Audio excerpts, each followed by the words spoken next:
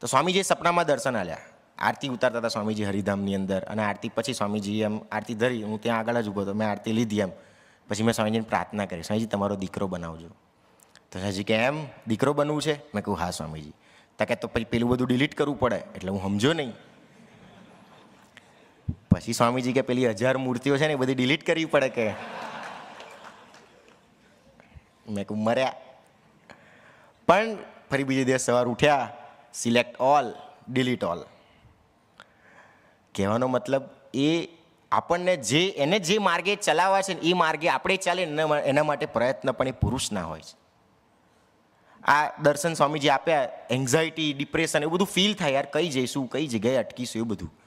તો સ્વામીજીએ સપનામાં દર્શન આપ્યા અને સ્વામીજીએ કહ્યું, હું ખોરામાં માથું મૂકીને પોકે રડ્યો. પછી સ્વામીજી એક વાક્ય બોલ્યા. સ્વામીજી કે તને તારા બાપ પર વિશ્વાસ નહીં કે? મેં કહું છે સ્વામીજી. બસ તો કે જીવ બધું સરસ થઈ જશે, બધું સેટ થઈ જશે, આ બધા મનના રોગો બધા દૂર થઈ જશે. સ્વામીજીએ સપનામાં એ ટાઈમે આવું કહ્યું. ત્યારે બીજે દિવસથી હસ થઈ, અનુભૂતિ થઈ કે આપણને ખરેખર સાચવનાર પુરુષ આ ધરતી પર છે. એને જોડે રૂબરૂ જઈને કહીએ, કરવાનું ના નહીં, સંતો જે પ્રમાણે કે પ્રમાણે આપણે બધી પ્રાર્થના એ બધું કરવાનું, પણ એ પુરુષ કેટલી ટેક કેર કરે છે. આપણને સુખી કરવાનો આપણા કરતાં વધારે ગરજ એ પુરુષને છે ને એ સહેજે સહેજે દેખાય. આપણે લડીએ છીએ, બળ તો આપે છે, છતાં પ્રેમ પણ આપે છે.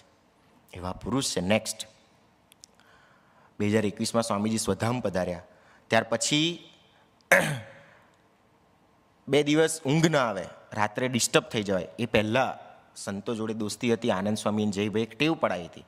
એ કે આપણે ગ્રાઉન્ડ ફ્લોરથી કામ પતતું હોય ને તો પહેલાં મારે નહીં ચડવાનું. ઘણી બધી વખત સ્વામીજીને કંઈ પૂછવાનું, આશીર્વાદ કે કંઈ હોય, બહાર જવું ના જવું, એ બી કુતૂહલતા હતી. પણ એ બધું પ્રભુ સ્વામીજીને કહેતા હતા અને પ્રભુ સ્વામીજી રિસીવ બી કરતા હતા, સારસ જવાબ બી આપતા હતા. કારણ સંતોની ભાવના આનંદ સ્વામી, જયબેન, પ્રભુ દર્શન સ્વામીજીએ પહેલેથી શીખવાડેલું, ગ્રાઉન્ડ ફ્લોર પર પતાવી દેવાનું, પહેલો માર ચડવાનો નહીં, સ્વામીજીને ભીડો નહીં આપવાનો. પ્રભુ સ્વામીજી જવાબ બી આપતા હતા અને બધું કરતા. એટલે ખબર એ કોણ અને કેવા ઓળખીએ. ધીમે ધીમે મહિમાની વાતો, અનુભવ બી ઘણા બધા પ્રભુ સ્વામીજી એની પહેલાં કરાયા હતા. એટલે ખબર પ્રભુ સ્વામીજીમાં સ્વામી. પણ આ દિવસે સ્વામીજી સ્વધામ પધાર્યા, એના 2 દિવસ રાત્રે ઊંઘ ના આવે. આમ બેબાકડો થઈ જાય, સારું શું કરીશું હવે, શું થશે, કેમનું થશે, બધી ચિંતામાં 2 દિવસ ઊંઘ ના આવે. ત્રીજે દિવસ સ્વામીજીએ સપનામાં દર્શન આપ્યા. સ્વામીજી અંતિમ દર્શન વખતે જે મુદ્રામાં બિરાજમાન હતા, પોઢ્યા હતા, એ જ મુદ્રાના સ્વામીજીએ દર્શન કરાયા. અને પછી સ્વામીજી એક આંખો ખોલી, હું ત્યાં નજીક ઊભો હતો, સ્વામીજી આંખો ખોલી. સ્વામીજી કે મારા દર્શન કરવા તો પ્રભુ સ્વામીજીની તરફ નજર રાખવાની, જા તું કે ઊંઘી જા કે. આ દર્શન સ્વામીજી સ્વધામ પધાર્યા એના 3 દિવસ પછી સપનામાં રહીને કરાવ્યું.